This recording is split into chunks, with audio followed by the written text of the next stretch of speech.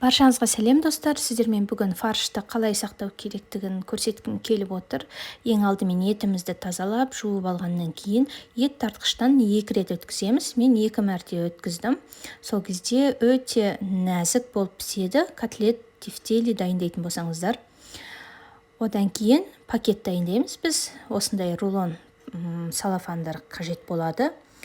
Әр салафанға мен 600-620 граммнан есептеп салдым. Менің каналыма жазылуды ұмытпаңыздар, және Instagram парақшамды да белгілеп қоямын. Instagram парақшамды да бақылап отырсаңыздар болады. Міне осылай салып алғаннан кейін менде міне 620 грамм болды бір салафанда. Осыны қолымызбен ақырындап жаямыз. Сіздерде отбасы мөлшеріне қарай салсаңыздар болады. Бізде 3 адамдыққа осы 600 грамм жеткілікті. Бұл міне бәрін осылай қолымызбен, алақанымызбен жазып шығамыз. Осы әдіс өте оңай, тез ериді. Мұздатқыштан алып, жаңағы сыртқа шығара салсаңыздар, тез ақ ериді. 1 сағаттың ішінде еріп дайын тұрады фаршыңыз. Қонақ келгенде де тез жаңағы ала салып шығара салсаңыздар еріп тұрады. Бір тәтті нәрсе тамақтан жасап берсеңіздер өте ыңғайлы.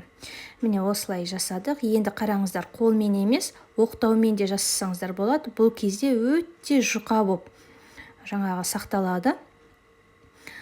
Бұл өте жұқа болғаны тез ериді бұлда. Тез еріп дайын болып тұрады. Мен негізі кешкісін жатар алдында тоңазытқыштан алып, холодильниктің өзіне шығарып қоямын. Бір табаға салып, сол кезде ертесі дайын тұрады. Солай қолданамын. Енді қараңыздар, тез бөлу үшін мен мынандай әдіс қолданамын. Алып, орталарынан бөліп қоямын. Осылай. Міне осындай жасап қоям.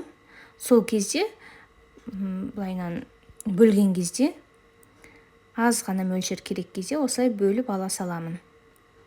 Міне, 2 жағын кішірек, 2 пиццаға, пепперониға, астына по-флотски макарон жасасам, өте керемет болады.